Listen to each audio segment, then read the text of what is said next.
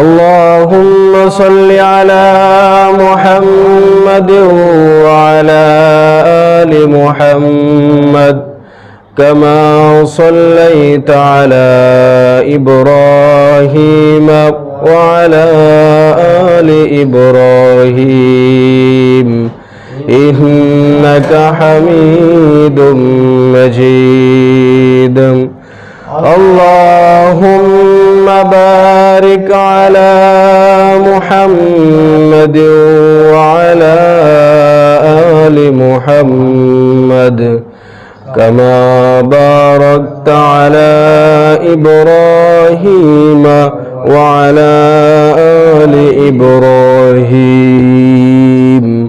إنك حميد مجيد لا إله إلا الله لا إله إلا الله لا إله إلا الله।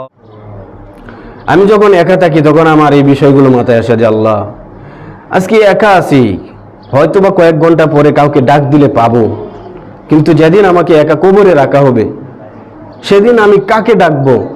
কে আমার ডাকে সাড়া দিবে? কে আসবে আমার ডাকে?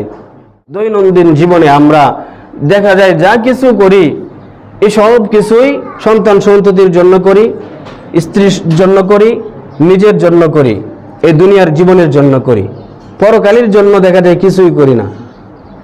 অথচ আপনাকে আমাকে যে অনন্ত অসীম দিন আসলেই যেখানে চলে যেতে হবে সেখানের জন্য কিছুই করি না। এটা তো বুদ্ধিমানের কাজ হতে পারে না। এখন আমার সারাটা জীবনে আমি অনেক কিছুই করেছি, এবার তো আমার নিজের জন্য কিছু করা দরকার। আমি এবার নিজেকে গোছাই, কিছু একটু আমি ইবাদত বন্দেগী করি। আমাকে তো চলে যেতেই হবে। যা কিছু এতদিন করছি, সময় আল্লাহ দিছে আমাকে, এতদিন আমি সময় পাইছি, কিন্তু এবার তো আমি আমার নিজের জন্য একটু কিছু করি। চলে যেতে হবে, চলে গেলে আমার কবরে কি দশা হবে?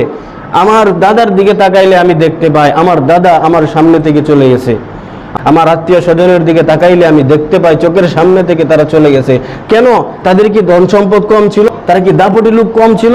তাহলে কেন তারা চলে গেল? এটা নিয়ম, যেতে হবে আমাকে আপনাকেও। আমাদের জীবনের যে সমস্যাগুলো, সেই সমস্যাগুলো সমাধান করার আমাদের একমাত্র মাধ্যম হচ্ছে নামাজ। আল্লাহ বলেন ইন্নাস সালাতা তানহা আনিল ফাহশাই ওয়াল মুনকার, নিশ্চয়ই নামাজ মানুষকে অশ্লীল এবং অহেতুক ফাহেসা কাজ থেকে নামাজ বিরত রাখে।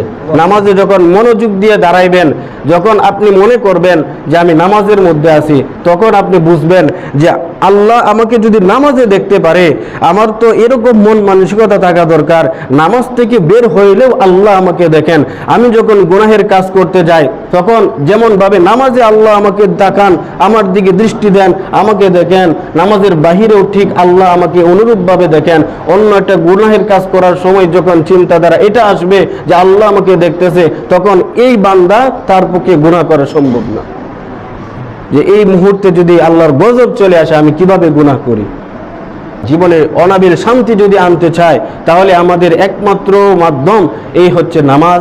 নামাজের মাধ্যমে আমাদের জীবনের সুখ শান্তি ফিরে আনা সম্ভব। মুহতারাম হাজিরিন, নামাজ এটা এমন এক জিনিস, এই জিনিসটা বান্দার আমল যত আছে এই সব কিছু আমলের মধ্যে সর্বপ্রথম এই বান্দার হিসাব হইবে নামাজের হিসাব। নবী বলছেন যে সর্বপ্রথম নামাজের হিসাব হইবে। বান্দার নামাজের হিসাব যদি কমপ্লিট হয়ে যায় তাহলে অন্যান্য হিসাব আশা করা যায় তার জন্য সহজ হয়ে যায়। নামাজের হিসাবে আটকে গেলে তার জন্য পরবর্তী ঘাটিগুলো একবারই কঠিন হয়ে পড়বে। তো ইসলামের 5টি স্তম্ভের মধ্যে একটা স্তম্ভ হচ্ছে নামাজ। তো আমরা নামাজকে বাদ দিব না, আমরা নামাজকে কোনো সময় বাদ দিতে পারি না। মুহতারাম হাজিরিন, রমজানে আমাদের জীবনে যেইভাবে আমলগুলো আসছে এই আমলগুলো সারা বছর ধরে রাখতে হবে, এই আমলগুলো ধরে রাখতে হবে। নামাজ শুধু যারা এই যে প্রথম সারির আছে অথবা নিয়মিত যারা পড়ে শুধু তাদের জন্যই নামাজ, বিষয়টা এরকম নয়। ওনাদের জন্য যেমন নামাজ ফরজ, আমার জন্য যেমন নামাজ ফরজ, আপনাদের সকলের জন্যই নামাজ অনুরূপভাবেই ফরজ। সবার জন্যই নামাজ পড়তে হবে, প্রত্যেকের হিসাব প্রত্যেকে দিবে। আপনার হিসাব আপনি দিবেন, আমার হিসাব আমি দিব। সুতরাং ভালো করি মন্দ করি প্রত্যেকেরটা প্রত্যেকেরই থাকবে। এজন্য সব কিছুই বাদ দিয়ে অন্তত পক্ষে এতটুকু মাথার মধ্যে আনি যে আমার একদিন চলে যেতে হবে, যা কিছুই করতেছি এ সব কিছুই আমার স্ত্রী সন্তান নিজের দুনিয়ার জীবনের জন্য করতেছি, আমার আখেরাতের জন্য কিছু করা দরকার। আরে ওই বান্দাকেই তো আল্লাহ তাআলা খুশি হয়ে তাকে কিছু দিবেন যখন সেই বান্দাটা কিছু ত্যাগ করবে।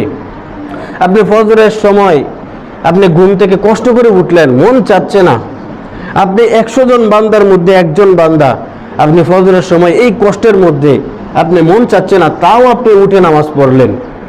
100 জন বান্দার মধ্যে আপনি একজন বান্দাই পাস করলেন, আর একজন বান্দাকেই আল্লাহ তাআলা পছন্দ করলেন, আর একজন বান্দাকে আল্লাহ জান্নাত দান করলেন। কিছু ত্যাগ করলে আপনি কিছু পাওয়ার আশা করতে পারেন। আপনি জীবনে ত্যাগই করেন নাই, কি পাইবেন? কিছু পাওয়ার জন্য ত্যাগ করতে হবে, এটা শর্ত। আপনি কিছু পাইতে হলে কিছু ত্যাগ করতে হবে। আপনি কিছু ত্যাগই করেন নাই, তাহলে পাইবেন কি আপনি?